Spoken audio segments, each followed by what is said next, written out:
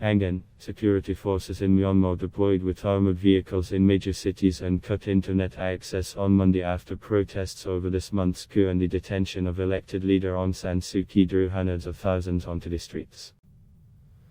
Suu Kyi's detention on charges of illegally importing 6 walkie-talkie radios is due to expire on Monday.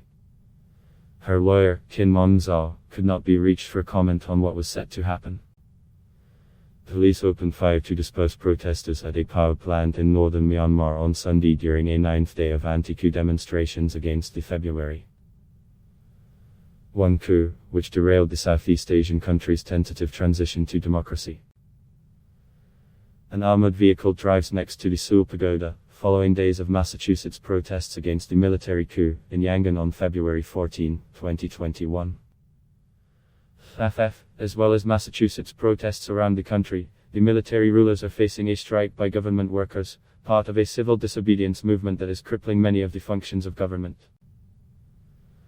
Soldiers were deployed to power plants in the northern state of Kachin, leading to a confrontation with demonstrators, some of whom said they believed the army intended to cut off the electricity.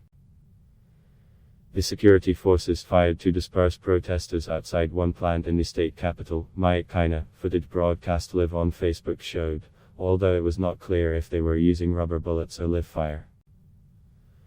On Sunday evening, armored vehicles appeared in the commercial capital of Yangon, Myanmar and Sitwe, the capital of Rakhine State, the first large-scale rollout of such vehicles across the country since the coup. On Monday, more than a dozen police trucks with 4 water cannon vehicles were deployed near the Seoul Pagoda in central Yangon, which has been one of the main sites for protests in the commercial capital. The government and army could not be reached for comment. Shortly after midnight, residents reported an internet outage. All 4 telecommunications networks were inaccessible from about 1 a.m. on Monday, 1830 GMT, they said. In the early days after the coup, the internet was cut across the country. The army has been carrying out nightly arrests and on Saturday gave itself sweeping powers to detain people and search private property. It's as if the generals have declared war on the people, UN Special Rapporteur Tom Andrews said on Twitter. Late night raids, mounting arrests, more rights stripped away, another internet shutdown, military convoys entering communities. These are signs of desperation. Attention generals, you will be held accountable. Western embassies, from the European Union, Britain, Canada and 11 other nations, issued a statement late on Sunday calling on security forces to refrain from violence against demonstrators and civilians, who are protesting the overthrow of their legitimate government. The US Embassy in Myanmar earlier urged American citizens to shelter in place, citing reports of the military movements in Yangon.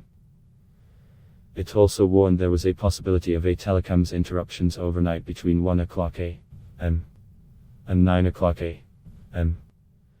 Internet shutdown in sharp Myanmar now in effect again across all major operators, reportedly until 9 o'clock, Alex Warofka, Product Policy Manager for Human Rights and Freedom of Expression at Facebook, said in a post on Twitter after the internet went down. Civil disobedience seen the latest sign of disruption by workers, the Department of Civil Aviation said in a statement many staff had stopped coming to work since February 8, causing delays to international flights.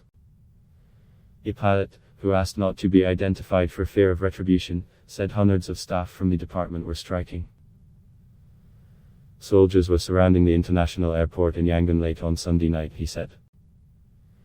Trains in parts of the country also stopped running after staff refused to go to work, domestic media reported.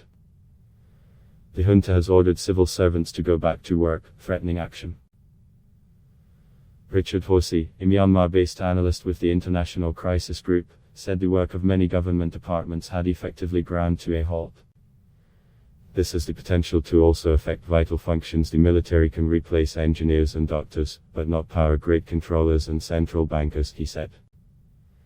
At least 400 people have been detained since the coup, the Monitoring Group Assistance Association for Political Prisoners said.